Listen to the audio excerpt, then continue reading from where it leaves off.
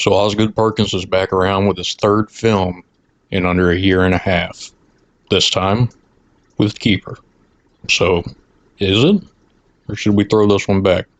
Stick around, we're going to talk about it. I don't wanna play in your yard.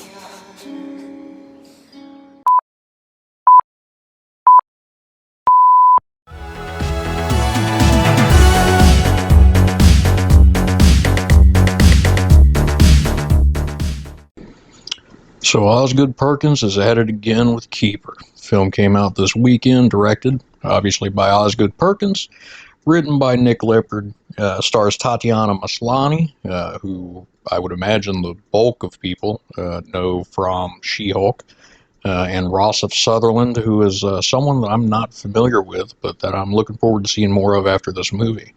And man, is it a weird one. Yeah, really weird. Took the wife to see this one.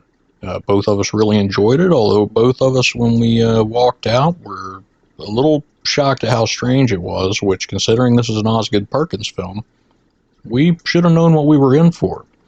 That being said, if you like what you see, you want to hear more about movies from me, be sure to like, share, and subscribe down below. Hit that notification bell to keep in touch for things coming up. But the basic premise of Keeper is that you have Tatiana Maslany's character, who ends up dating Sutherland's character for about a year, I think, when the movie starts. And you join them kind of at a cusp in their relationship. He invited her to go to a cabin to spend a weekend. She's telling her friend about it. Her friend's giving her shit. And then they go off on this, what is supposed to be a romantic getaway. His cousin shows up, and things just over the course of the movie continue to get more and more tense as weird things happen, strange noises, the cousin being weird as shit, who, credit to that guy, I hated him immediately, so well done, Burkett Turton.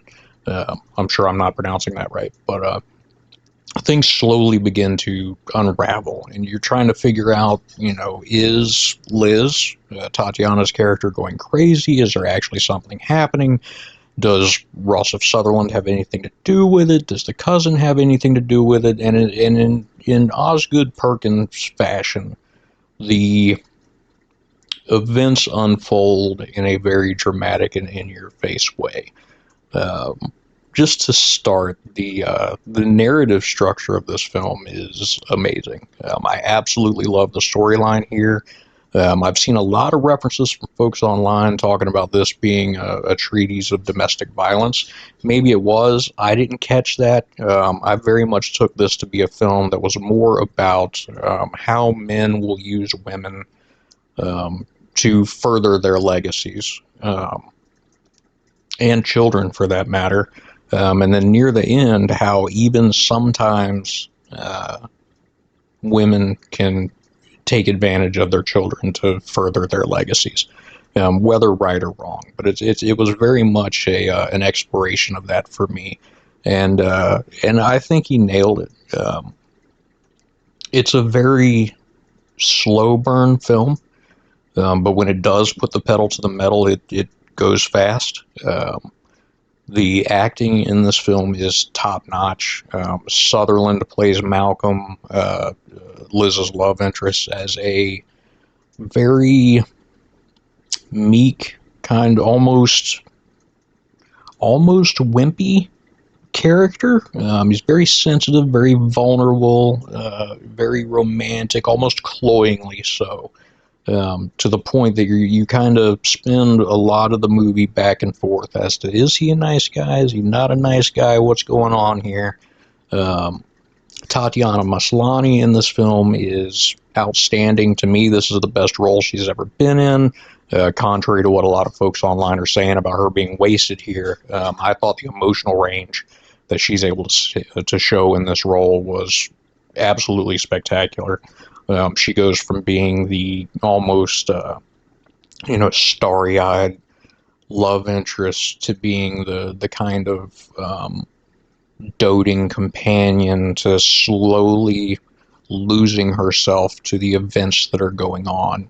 And then at the end really ramps up the emotion here. There's one scene in particular with her sitting in front of a mirror, talking to Malcolm, that is gut wrenching in its vulnerability and in its strength, and in the just the emotional weight that she's able to put into it. Now, this is not a high octane film. This is not something that I expect fans of the slasher genre to be able to jump into and really enjoy. This is much more akin to something like, Hereditary. Not from a story standpoint, but from a pacing standpoint. Everything is laid out very methodically, everything has its time and its place, and Perkins doesn't rush to get it there. For folks coming into this after seeing The Monkey, this is a vastly different film. I would put this among all of his other films. I would probably relate this one closer to The Black Coat's Daughter in approach than I would The Monkey or Longlegs. That being said, I was not a fan of The Black Coat's Daughter, but I love this movie. I thought this one was great. Again, this is I would say a strong 3 or a weak 4 out of 5 for me. This is one that I don't foresee myself revisiting much, and if I do, it'll just be to pick out the pieces that maybe I missed, the little clues, the breadcrumbs. I don't mean to turn that into a pun, considering Perkins had done Hansel and Gretel with, or Gretel and Hansel, but the little story pieces along the way that I might have missed. Now, visually, this movie is both beautiful and disturbing, all almost at the same time. The appearances later on in the film of some of the beings that Tatiana Maslany's character may or may not be seeing are grotesque, but also strangely pretty in the approach. Some of them are very amusing, but overall the film is very, very dark. Not a whole lot of levity here. You get a couple really sweet moments between Malcolm and Liz, but they're all kind of tinged with this uncertainty or this suspicion about what's going on.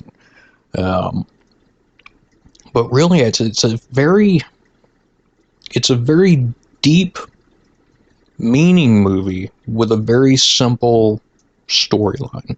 It is very much, is this relationship going to stand? If it does, what does it mean? And if it doesn't, how do we move past it? So again, not something that's going to just drive your adrenaline through the roof, make you sit on the edge of your seat. It's not that kind of movie. It's very slow, very subdued, but very, very tense throughout. As far as the casting goes here, Tatiana Maslany, I've said it before, I think this might be my favorite role that she's ever done. She's vulnerable while at the same time being strong.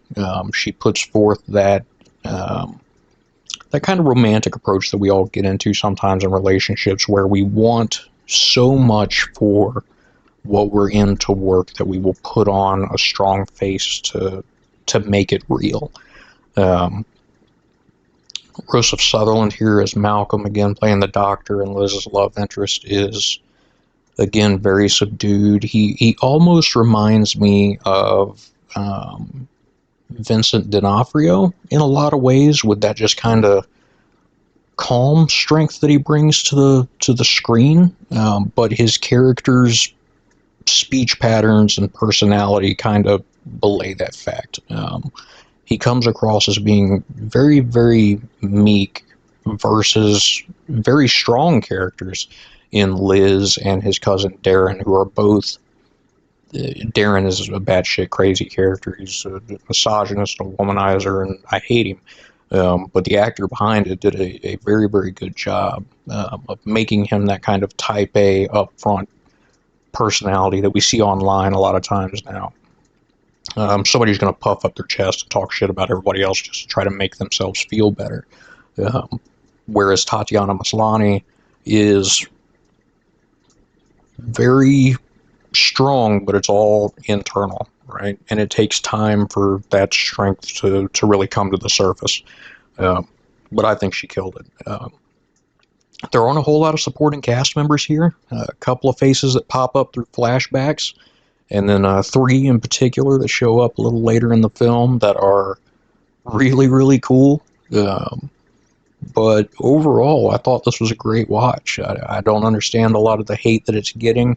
I think people are trying too hard to compare it to Longlegs and the Monkey, and this is a different thing. This is Perkins stretching his legs on a slightly different subject matter.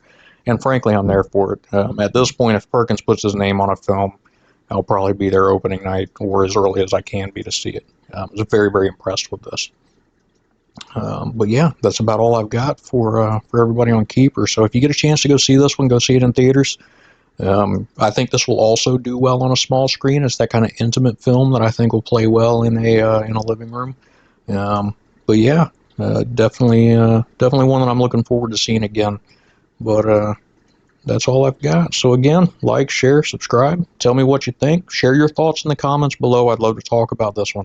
And thanks to everybody that's subscribed to the DFPN Patreon for making this and all of our other videos possible. Appreciate it. So, till next time, get out of your house, go see some movies. Cheers.